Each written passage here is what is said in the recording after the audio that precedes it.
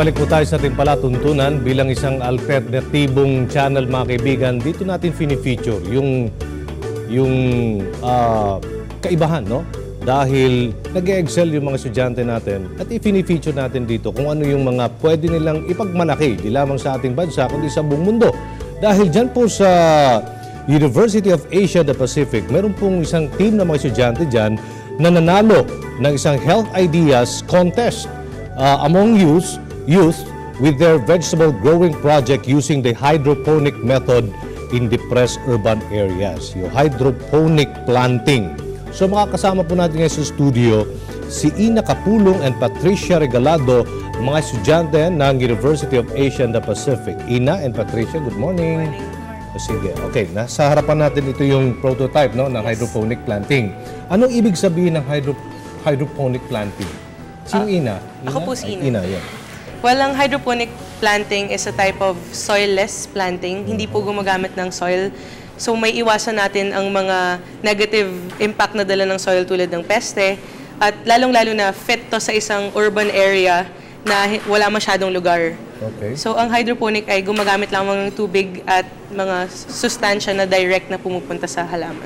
So anong mga kailangan sa pagtatanim nito, Patricia? Bale po, kailangan po natin ng PVC pipe, okay, tapos styro cup, and coco peat, pati na po yung mga seeds ng itatanim. So, yun po. So, gaano kadaling gawin ito kung ikukumpara doon sa conventional type na pagtatanim? Ang conventional type po kasi ng pagtatanim, kailangan mo pang itil yung soil. So, mahaba yung proseso. Pero dito, kapag once na setup na yung setup natin, mas madali na siyang maipagpapatuloy. Okay. So, mas makakatipid tayo dyan sa hydroponic planting? Well, sa simula po, mas malaki yung kailangan mong i-invest in this project. Pero dahil mas mabilis tumubo ang halaman at mas nutritious naman siya at mas malaki, mas madali mong mababawi ang iyong investment. Sinasabi nila mas nutritious daw kapag may lupa. Dahil pwede mong lagyan ng mga patabayan. Mas nutritious ba kung gagamitin na direktang tubig na lang?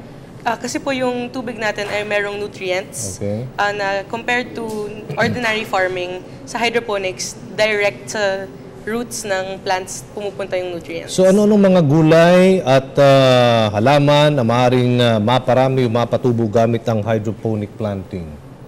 Bale po, sa project po namin, okay, yung itatanim po namin yung pechay wombok and sayote tops. Okay. Ano ba itong bigkas? Bigkas, basa, isip, gawa, galing, katekismo, arte, sports. Team Bigkas Representatives. Pwede mo ba explain sa amin yan? Well, Bigkas is part of the Office of Student Affairs of our university. And as you mentioned earlier, Basa Isip, this project is under Gawa.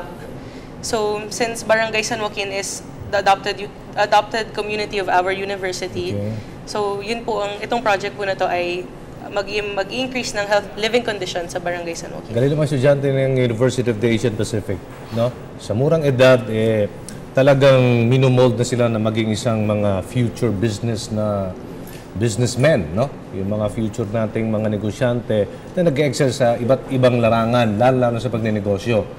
No, first year, first year, Ina? Second year po. Si Patricia, first year. Ayan. Paano kayo nauwi sa layunin na gamitin ang hydroponic planting bilang isang mabisang paraan upang, siyempre, makaangat sa kahirapan o gutom sa mga depressed urban areas, Ina?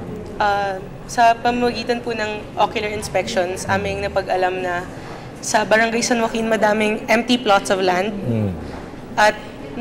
At through our research, we discovered also that hydroponics is the most efficient use of that empty land in San Joaquin. Okay, so would you mind na ibahagi sa amin, Patricia, kung ano yung mga hakbang na ginagawa ninyo upang sa ganun ay maging matagumpay? Napakaganda nitong proyektong ito, yung proposal ninyo sa adopted village dyan sa Barangay San Joaquin sa Pasig.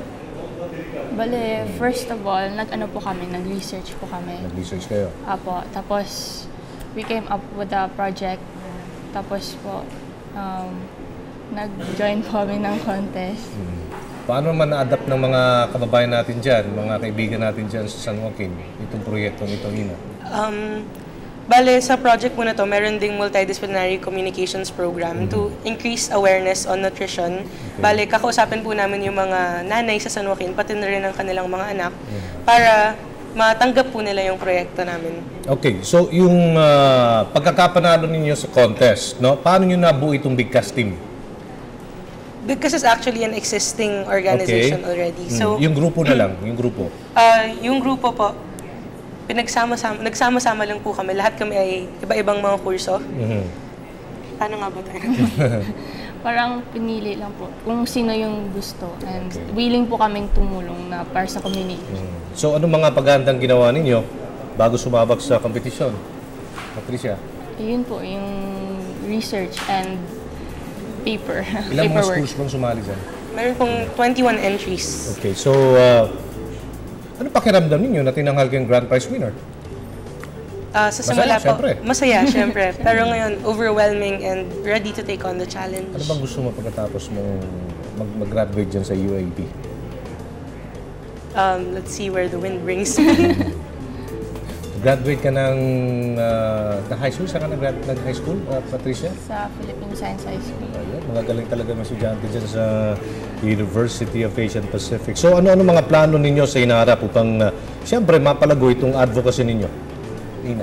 Well, dapat po in 6 months ay ma-implement na namin yung project. And ang aming measure of success is kung maiwan na namin yung project nang hindi namin sila tinutulungan, tapos they're able to sustain themselves.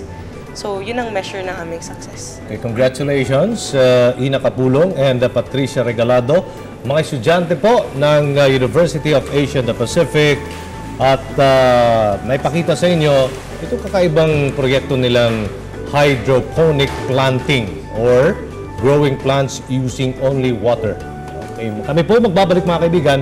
Puntahan muna natin. Okay, si Miss Nikki para po sa iba pang mga issue. Nikki.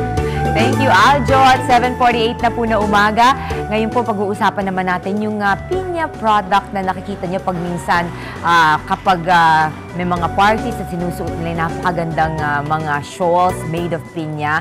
Baka galing yan sa Rurungan sa Tubod Foundation. Alamin natin ano yan. Kasama natin ngayong umaga si Ramby Lim, ang marketing specialist ng Rurungan sa Tubod Foundation Incorporated. Good morning. Good morning.